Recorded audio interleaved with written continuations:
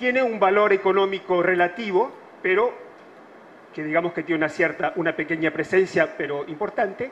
Es oficial en cerca de 20 organizaciones intergubernamentales, mientras que 30 organismos internacionales tienen como lengua oficial el ruso. ¿Cuántos países hablan el ruso? Menos que para el portugués.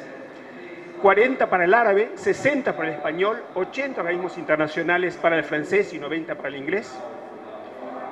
Tiene mucha dificultad en volverse una lengua, en ser una lengua oficial de las Naciones Unidas. Ustedes saben que hay una serie de iniciativas de los gobiernos portugués y brasileño, además de la CPLP, para que sea lengua de trabajo en la UNESCO. Cuesta mucho.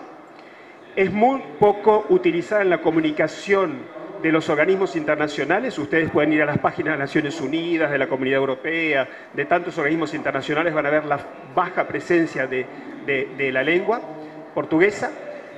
En materia de ciencia, lo sabemos muy bien, la presencia del portugués en las grandes bases de indexación internacional, tanto para el portugués como para el francés, el español, cada vez hay menor presencia de esas lenguas y es menor del 5% de los trabajos indexados en los bancos mundiales. A pesar de que hay una investigación muy importante en Brasil y en Portugal, sin embargo, no hay una gran difusión de la misma.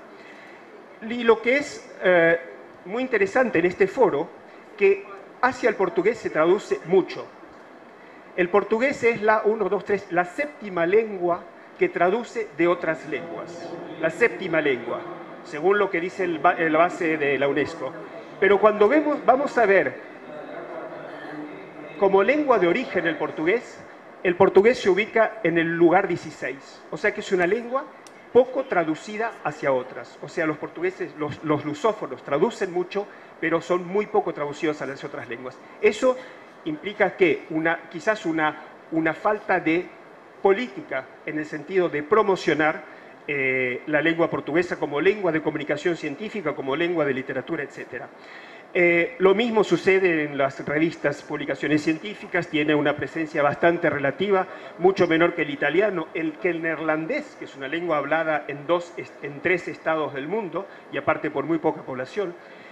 Es decir, nosotros tenemos un panorama que es muy alentador en cuanto a la progresión, porque hay una demografía mayor, porque hay una gran cantidad de países que lo hablan, porque hay iniciativas que se realizan. Sin embargo, a nivel de la comunicación especializada, que es sobre lo que nos reúne hoy día, o sea, el trabajo que se está realizando hoy día, la lengua portuguesa, como otras lenguas románicas, sufre un déficit de presencia.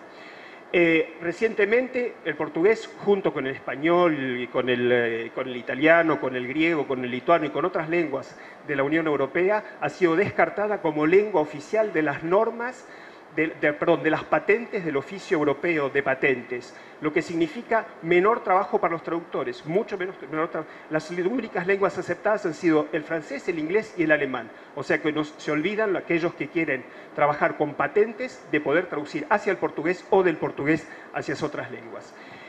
Eso indica, además, eso se ve también a nivel de Internet. ¿Cómo estoy en el tiempo? ¿Estoy bien? Eso también se nota un poco en Internet. A pesar de que la lengua portuguesa es una de las lenguas que tiene más internautas en el mundo, porque figura en el 5º lugar en cantidad de utilizadores de Internet, sin embargo, cuando vamos a ver la productividad que tienen los utilizadores de lengua portuguesa, es mucho más baja que, por ejemplo, los utilizadores de lengua rumana, de lengua catalana, de lengua italiana, de lengua alemana. Es decir, que por cada habitante de habla portuguesa, ese habitante produce mucho menos literatura en Internet que un hablante, por ejemplo, de lengua catalana o de lengua alemana. Hay una baja productividad en materia de Internet.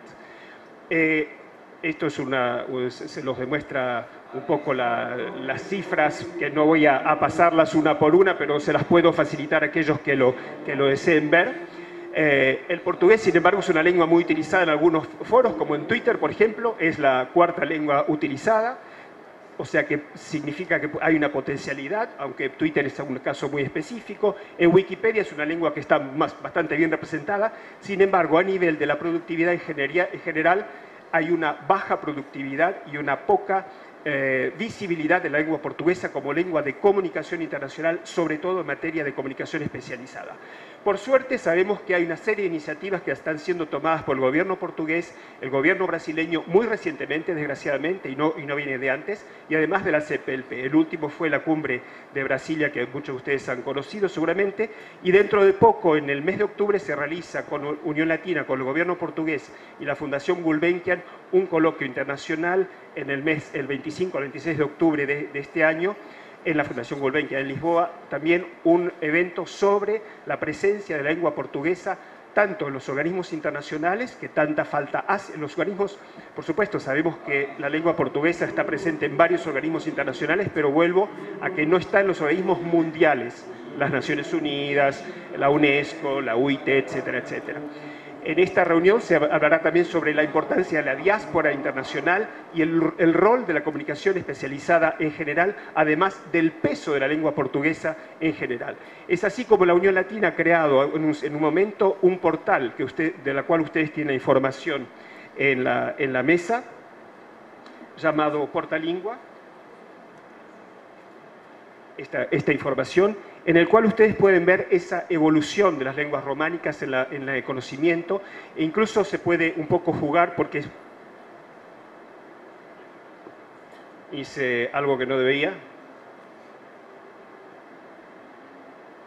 Bueno, este es el portal Portalingua, que les permite ver a ustedes la progresión de las lenguas en el conocimiento. Incluso pueden jugar con una especie de baremo de las lenguas del mundo que les permitirá a ustedes ver cómo se van ubicando las lenguas en función de ciertos criterios, tanto económicos. El valor económico de la lengua hoy es un factor importante, se habla mucho de eso, se han hecho estudios en Portugal, no sé si en Brasil se han hecho, pero se está dando como un indicador importante para la lengua el saber cuánto pesa en la economía esa lengua, porque como ustedes saben, hoy día la mayoría de los gobiernos lo primero que preguntan cuando quieren hacer una política para algo es cuánto nos va a dar, cuánto vamos a ganar con eso. Y la lengua también da dinero, la lengua también es economía.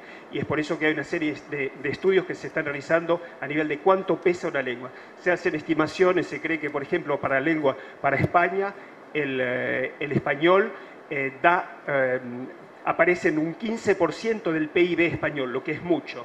Estudios similares en Portugal darían cifras bastante similares para el Portugal. Muy bien, con eso quería darles un panorama, sacarlos un poco, desgraciadamente, disculpen, del tema específico de la traducción, pero como especialistas del lenguaje, que son todos los que están aquí, sabemos que también tenemos un compromiso con la lengua, es el hacerle valer, darle el peso suficiente, sobre todo porque es un poco digamos, el alimento que nos da a nosotros nuestro cotidiano. Muchas gracias por su atención.